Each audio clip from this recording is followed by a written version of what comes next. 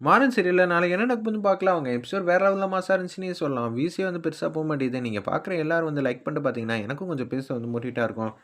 வள்ளி வந்து இது எல்லாத்தையும் கேட்டுட்டு இருக்காங்க. நம்ம கண்மணி, வீராவும் பேசுறத. வீரா வந்து இந்த கல்யாணத்தில எனக்கு இஷ்டம்னா, முன்னாடியே வந்து அவங்க என்ன எதிர்பார்க்குறாங்கங்கிற விஷயம் வந்து தெரிஞ்சிரணும். நம்ம குடும்பத்தோட சிச்சுவேஷன் என்னன்னு முன்னாடியே வந்து நம்ம சொல்லிறணும். அதெல்லாம் எதுவும் சொல்லாம, ராமச்சந்திரனோட சொத்தெல்லாம் பார்த்துட்டு, இதெல்லாம் நம்மளோடது. இந்த அளவுக்கு நமக்கு வருமானம் வருதுன்னு அவங்க நெனச்சாங்கன்னா, இத விட முட்டாள்தனம் வேற எதுவும் இல்ல. இது எல்லாத்தையும் வந்து பார்த்துக்க அப்படின்னு சொல்றாங்க. ஏன்டி! நீயே இந்த கல்யாணம் வேணாங்கிற மோட்டிவ்ல தான் இருக்கியா? நான் இந்த கல்யாணத்துக்கு ஓகே சொல்லிட்டேன். ஆனா, இந்த மாரி பிரச்சனையெல்லாம் வரதுக்கு அதிகபட்ச வாய்ப்பு இருக்கு. இந்த குடும்பத்த நல்ல விதமா நான் பார்த்துக்கணும். இதெல்லாம் என்னோட கண்டிஷன். ஓகேவா? இல்லையா? இப்படியே நீ சொல்லிட்டு இருந்தேன்னு வச்சுக்கயேன், உனக்கு இந்த கல்யாணத்தில விருப்பம் இல்லன்னு சொல்ட்டு, மாப்பிள்ளை வீட்டுக்காரங்க வந்து உன்ன பார்க்கறதுக்குள்ளயே வந்து போயிட போறாங்க. பார்த்துக்க அப்படின்னு சொல்லிடுறாங்க அந்த இடத்துல. பரவாயில்லையே! இவ்வளோ தங்கமான, அம்சமான பொண்ணு. நமக்கு இருந்திருந்தா நல்லா தான் இருந்திருக்கும். ஒரே வயித்துல பொறந்த அக்கா ஒரு மாரி இருக்கா. சொத்து சொத்துன்னு மட்டும் தான் இருக்கா. தங்கச்சி குடும்பத்த பொறுப்பா பார்த்துக்கிறா. நகை நட்டுக்கு ஆசைப்படல. எப்போதுமே வந்து தனக்கு உண்டானது மட்டும் தான் ஆசைப்படுறா. இது மாரி ஒரு குணவதி உள்ள பொண்ணு நமக்கு கிடைக்காம போயிடுச்சேங்கிற மாரி யோசிச்சுட்டு இருக்காங்க அந்த இடத்துல. நம்ம வள்ளி, "டேய் மாறா! என்னடா எந்த வேலையும் செய்யாம சுத்திக்கிட்டு இருக்க?" ராமச்சந்திரன் முன்னாடி வந்து கேட்குறாங்க. "ஏன் அவர்கிட்டயே வந்து கத்தி போட்டுவிடேன். அப்பனா வாழை மரம் இருக்குடா. அங்க பின்னாடி போய் வாழை இலையெல்லாம் எடுத்துட்டு வர்றியா? சாப்பாட்டுக்கு வந்து இலை இல்ல." சரி நான் போறேன்னு சொல்லிட்டு கிச்சனுக்கு வந்து போறாங்க. "என்னடா உன்ன வாழை இலைய தானே எடுத்துட்டு வர சொன்னேன். எத வச்சு எடுப்ப? கிச்சன்லேருந்து ஜாமான் எடுத்துட்டு போனா தானே அத எடுத்துட்டு வரதுக்கு சௌரியமா இருக்கும்." அப்படின்னு சொல்றாங்க அந்த இடத்துல. "சரிடா, சரிடா. என்ன போன வாட்டி நான் உன்ன சத்தம் போட்டு பேசுனனால திருப்பி வந்து நீ என்ன அசிங்கப்படுத்தி பேசுறியா? சும்மானு இரு." ஏற்கனவே வந்து 1000 குறை சொல்லிட்டு இருக்காரு ராமச்சந்திரன். வேல பார்த்தா ஏன் வேல பார்த்தேன்னு கேட்பாப்ல. வேல பார்க்கலனா ஏன் வேல பார்க்கலன்னு சொல்லி திட்டுவாப்ல. "சும்மானு இருக்கியா?" அப்படின்னு சொன்னோனே, "டேய் என்னடா திருப்பி லவ் வந்து சொல்லப் போறியா?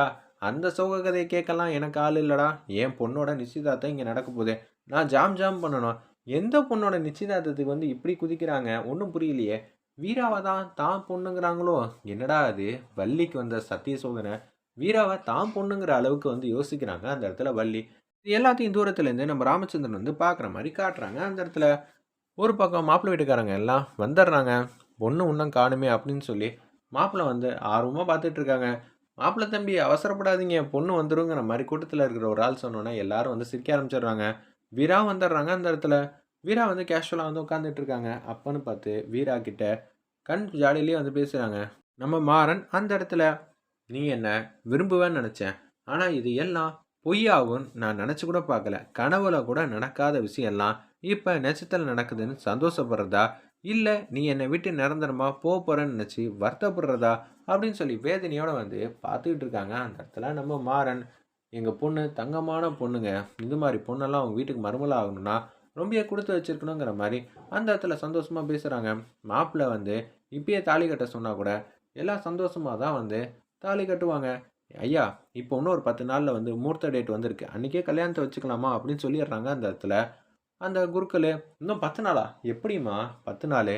சரி வராதே.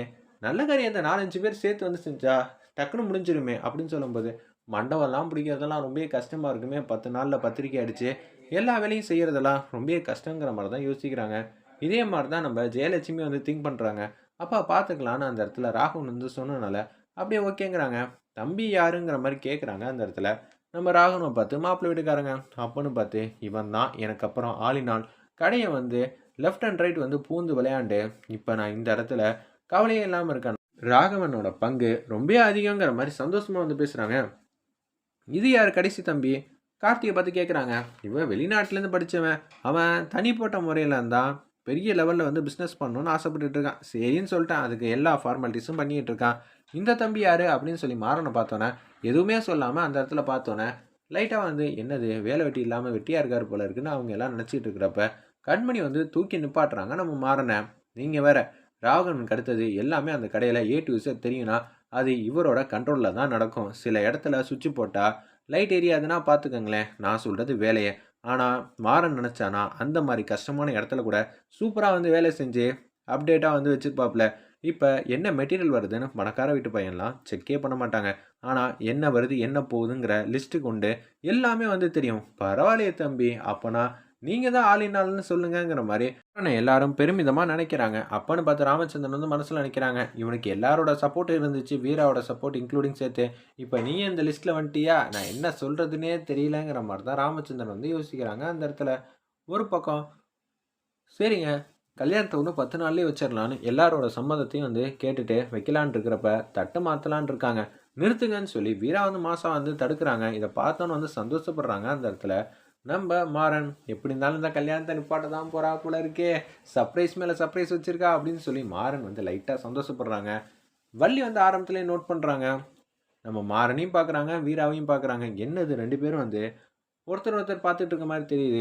என்னமோ இவனோட லவ் பண்ற பொண்ணுக்கே வந்து நிச்சயதார்த்தம் நடக்கிற மாரி ரொம்ப சோகமா வேற இருக்காங்கிற மாரி தான் யோசிக்கிறாங்க அந்த இடத்துல.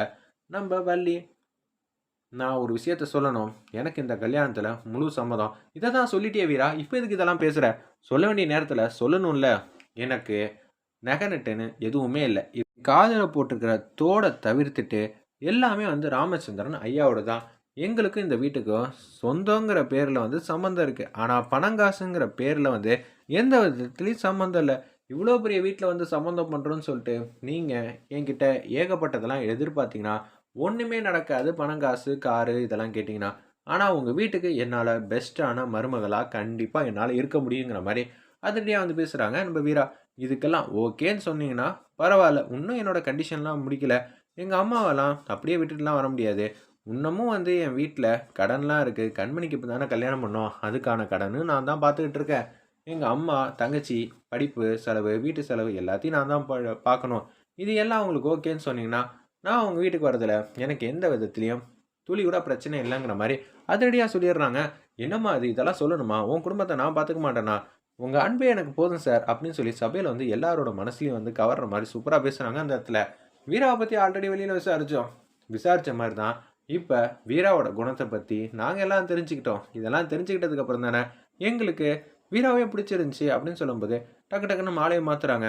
ஃபர்ஸ்ட் எடுத்தோனே அந்த ராமச்சந்திரன் கால்ல விழுந்து ஆசீர்வாதம் வாங்குறாங்க. அடுத்தது பையனோட அப்பா, அம்மா கால்ல விழுந்து ஆசீர்வாதம் வாங்குறாங்க. அதுக்கப்புறம் ஜெயலட்சுமி, வீராவோட அம்மா கால்ல, கடைசியா வள்ளி கால்லயும் விழுவுறப்ப ரொம்பவே நல்லா இருங்கங்கிற மாரி சந்தோஷமா வந்து, அவங்க பொண்ணு கல்யாணம் நடந்தா எவ்வளோ ஹேப்பியா இருப்பாங்களோ, அது மாரி வந்து ஆசீர்வாதம் பண்றாங்க.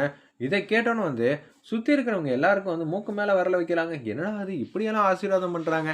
என்னோட ஆசீர்வாதம் உனக்கு என்னைக்குமே இருக்குமாங்கிற மாரி அதிரடியா வள்ளி வந்து சூப்பரா வந்து பேசிக்கிட்டு இருக்காங்க. வேற லெவல்ல இருந்துச்சுன்னே சொல்லலாம். அதெல்லாம் பார்க்கறதுக்கு ஒரு பக்கம் மாறன் வந்து இவ்வளோ நேரம் வந்து தயங்கி தயங்கி நின்னவங்க, இது மாரி வார்த்தையெல்லாம் கேட்டோன்னா, மாலைய மாத்துறது, மோதிரத்த போட்டதெல்லாம் பார்க்கறதுக்கு மனசு இல்லாம, சோகமான ஒரு பேக்ரவுண்ட் மியூசிக் போட்டோன்னே, அவங்க மாட்டு குடுகுடுன்னு வந்து மாடிக்கு வந்து போறாங்க. ஃபீல் பண்ணிட்டு, "அம்மா இது எல்லாம் உண்மைன்னு நெனச்சேம்மா. ஆனா உண்மைன்னு நெனச்சதெல்லாம் எனக்கும் வீராவுக்கும் ஃபங்ஷன் நடக்கும்னு, அதெல்லாம் நடக்காம போயிடுச்சு. உனக்கு அப்புறம் அந்த இடத்த ஃபுல்ஃபில் பண்றவ வீராவா தான் இருப்பான்னு எதிர்பார்த்தேன். ஆனா இப்ப அவ இருக்க முடியாது. ஏன்னா, அவளுக்கு கல்யாணம் ஆகப்போது. இப்ப இன்னமும் அவள நான் மனசுல நெனச்சுக்கிட்டு இருக்கிற அளவுக்கு, நான் ஒண்ணும் கேவலமானவன்லாம் கிடையாது. எனக்கு வலிக்குதும்மா மனசு அப்படின்னு சொல்லும்போது, ராமச்சந்திரன்லேருந்து எல்லாரும் கேட்குறாங்க.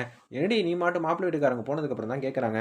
கல்யாணம் வந்து வேணாங்கிற அளவுக்கு பேச ஆரம்பிச்சுட்ட. இருந்தாலும் உன் குணத்த பார்த்து தான் அவங்க வந்து புடிச்சிருக்குன்னு சொல்லியிருக்காங்கன்னு" ராமச்சந்திரன் சந்தோஷமா பேசுறாங்க.